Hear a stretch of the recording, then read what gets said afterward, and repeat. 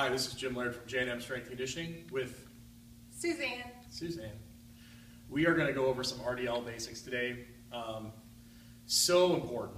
And a lot of women that I've dealt with over the years just are not ready to go into these deadlift variations because they just can't get in the right position. So you might have to go do some dead bugs. You might have to learn how to get your rib cage down, band pullover breathing, single leg lowering, those type of things to get your core in the right position so you can do an RDL. So what we're going to do from the side, we're going to go here without weight. And so the biggest mistake that happens is go ahead and just do an RDL, put your head back.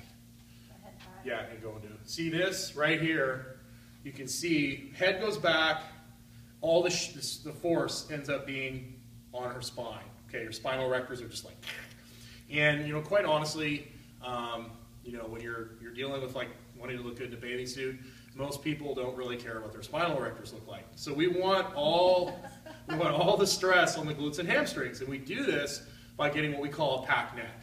So we want a neutral spine. She's going to get her ribs down, okay, and she's going to let her legs slide right down her hands slide, her legs slide right down her hands. Her hands slide right down her legs. You can see that. And now the stress is all on her glutes and hamstrings. She's going to come back up in one motion, head stays neutral, and then she pushes back. You feel it on your glutes and hamstrings? Yes. Legs are kind of soft, and if she wants to emphasize glutes and hamstrings even more, she can straighten her legs out a little bit as she comes down, but we don't want to lock the knees out. Okay, you're going to have to play around with that. But the biggest thing I see is women automatically, there's your bar, they automatically fly into this position. And you have to fix this. Head goes here.